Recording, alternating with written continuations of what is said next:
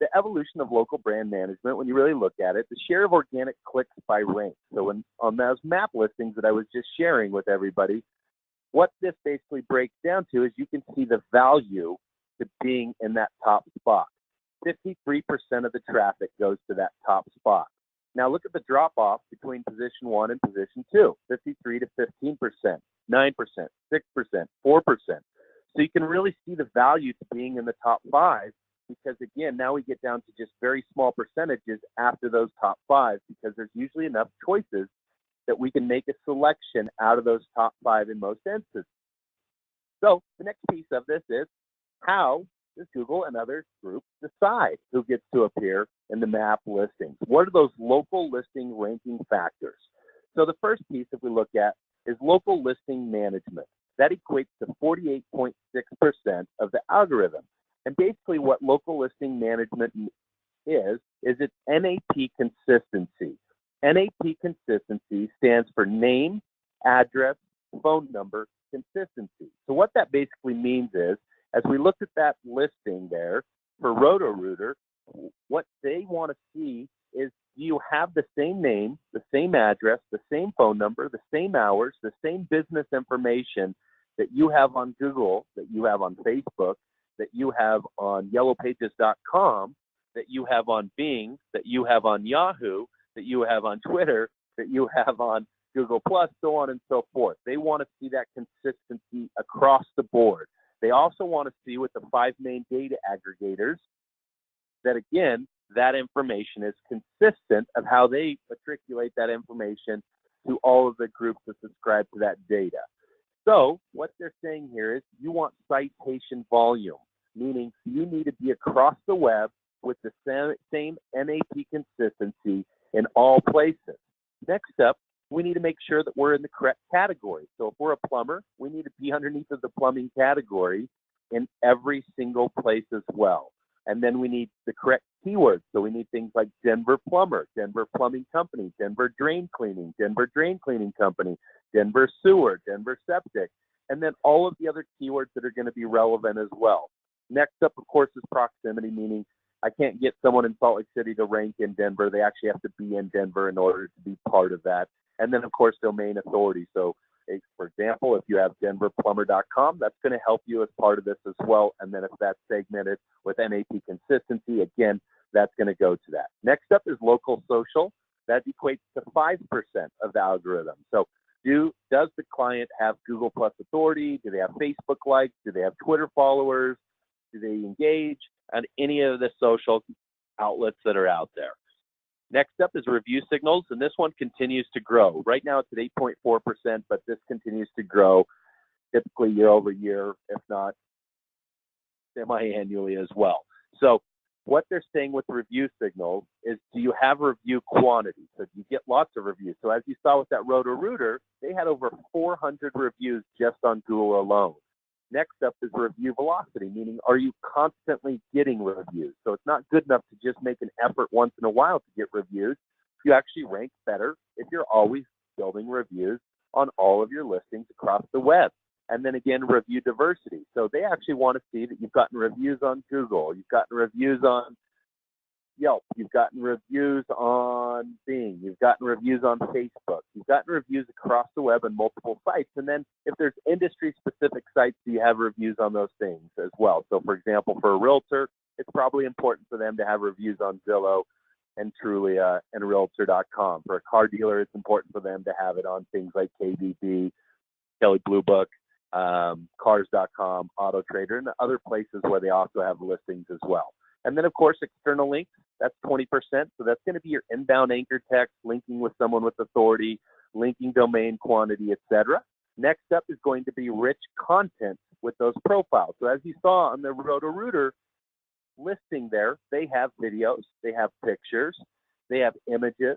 It's personalized, meaning here's the hours, here's the payment option.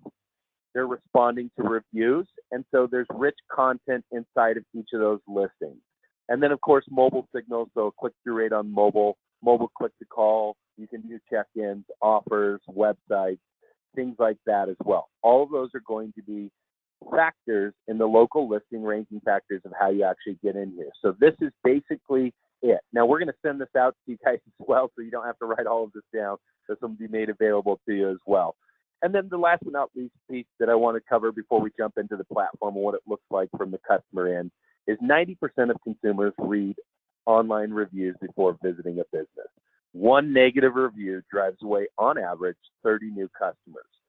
So it's really important that clients know where they're getting reviews. It's very hard for an SMB and even for a regional business and for a national business to go out and look at every possible place where they can get a review, and understanding where those reviews are coming in, where they're coming in by location, and then being able to reply to reviews and respond to them. We're going to make that really easy for them because they can log in, see all the reviews that they're getting, and they can reply to the reviews right out of the platform. And now, on that note, we're going to go ahead and jump over to the dashboard here.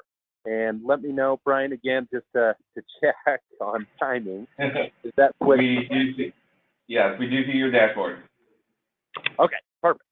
So this is basically what it will look like. Now, I'm just obviously, as you can see here with Acme Plumbing, I'm in a demo account, so that way we can actually look at it. I'll jump into some real data here in just a sec, but inside of this demo account, this is what this looks like. And so from here, when your clients log in, they'll have this branded to each of the stations. There'll be individual logins for every single station and for every single group within Compul. So we'll be able to look at that of how they log into it. So there'll be a unique URL of where the clients will actually log in. Inside of this, you'll have your business description. So in here, we have Acme Plumbing, we have hours, all of that information listed out here.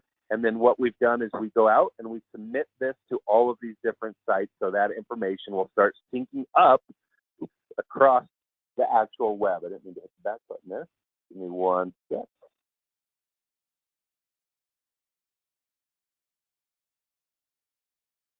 And so that way, it'll actually sync up with that. So you can see exactly what that looks like. Listed sites, currently synced, require action, and then you have maps in here. And then your clients can connect this if they already have this information inside of it. So it makes it real simple for them to be able to actually look like. And then inside of here, you also have interactions. So interactions are going to be reviews. So this is going to be total interactions, new interactions, positive interactions, negative interactions. It's going to pull that information into it. And then from here, it'll also show up ranking. So this is going to be the keywords, how they rank on the maps, organically, Yahoo, and in Bing. And then there's going to be a review generation tool in here. So on that note, I'm going to switch over to where we have some clients already, where we set up a white label for some clients. That way we could actually look at some real data inside of it. Brian, did that switch over as well? Again, just checking. Yes, it did. Okay. Perfect. So here we have West Coast Safe, just using this as an example. And inside of it, let's go into what the business information is.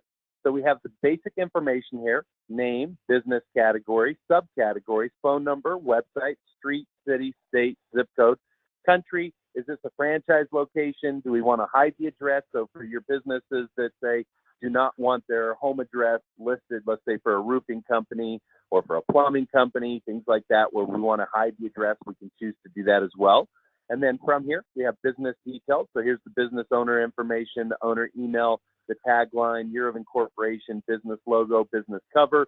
And then we have a full business description inside of here. So you can see West Coast Safe, specialized in residential and commercial safe, gun safes, high security vaults and vault door services, so on and so forth. And then we have payment methods listed out here as well. And then we have additional information. So here's the hours of operation: Monday, Tuesday, Wednesday, Thursday, Friday, Saturday, Sunday, Facebook links, Twitter links, and then media in here as well. So here's links to their videos, and then they have different images associated with this, and then they can hit submit if they wanted to update that. But all of this information has already been updated, and you can see it's already synced up across the web in here. Now, because these listings have been synced over time, one of the things that you'll see is on ranking. So if we look at the data inside of it, you can look at how many keywords in Google Maps they rank on position 1 or 2 for. So you can see Liberty USA Saves. They have all of these different versions of keywords that they rank for across the web. And now you can also see here, we're reporting on traditional SEO as well. And that's what the organic here is on Google. So that's your standard SEO. And the reason why we also report on that is because by getting your citations cleaned up, not only will they rank better in the maps, but over time they'll actually start to rank better organically as well. This is one of the things that most SEO groups are going to do right in the beginning, the first couple of months, is try to start syncing some of this data, or at least make an effort on doing a couple of the places, so that way their client starts to rank better on traditional SEO. But you can see on a lot of these unbranded keywords, they rank really well. And then from here, Yahoo and Bing, this is how they rank. And again, you have a huge keyword list here, where in most places they're in position 1 or 2 on most keywords on Google. And then from here, we go back to the interactions tab. Here you can see they have 631 total interactions, 70 new interactions, 250 positive, and only 4 negative interactions. They can sort by type of interaction in here. They can sort by review sites. So if they just want to look at certain review sites, they can look at that information. And then, of course, they can reply to reviews. So all they have to do is hit respond, and they can actually reply to that right here out of the platform as well. So it makes it very easy to say thank you, or hey, I'm sorry that you had a negative experience. I really want to fix this. I want to help you. Whatever that looks like, depending upon the type of review that's actually coming in, this makes it really easy for them to engage out of a simple platform instead of having to log into different platforms to figure out, am I getting reviews on Facebook? Am I getting reviews on Yelp? Am I getting reviews on Bing, on Yahoo? Am I getting it on yellowpages.com? Am I getting them on Google? They don't have to go out and find them. We'll bring them to one simple place to make it really easy for them to be able to reply to reviews and be able to engage from there. From here, they can also build reviews. So there's a review generation tool built into this as well. So on the review generation tool, we'll just go ahead and click on review generation tool, and now it should take us over here. Give me one sec. And then from here, you can see average rating 4.9, number of reviews 253, and then it keeps track of everybody that they're sending out requesting reviews. So here's the contact details, first name, how was it delivered? Was it delivered via email or was it delivered via text? They have both options to be able to do. Was it open? So you can see, has the person actually opened up? Has a follow-up email started? And if not, customer experience. And then if they were going to say something negative, here would be the feedback comments, because we would not ask them to go make it public if you have filtering on. So let me show you what this looks like. So we can, we have our settings here where we can adjust how often do we follow up. Do we want to set up pre-screening?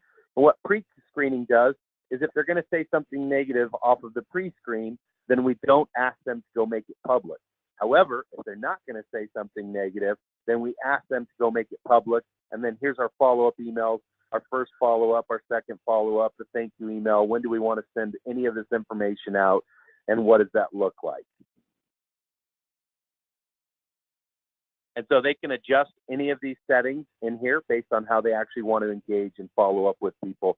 So it makes it really, really simple for them to be able to manage that process. And then from here, they can also send out invites. They can do it manually, one at a time right here. So they just type in first name, email address, phone number here, and they can do multiples, as you can see here, all at one time like this, or they can just upload a file, as you can see here. So they can actually just upload a CSV file, and they can send it out to hundreds of people all at one time as well. They can also customize and set up different rating and SMS templates here, so you can see what that looks like. And then this is what I was referring to on the filter.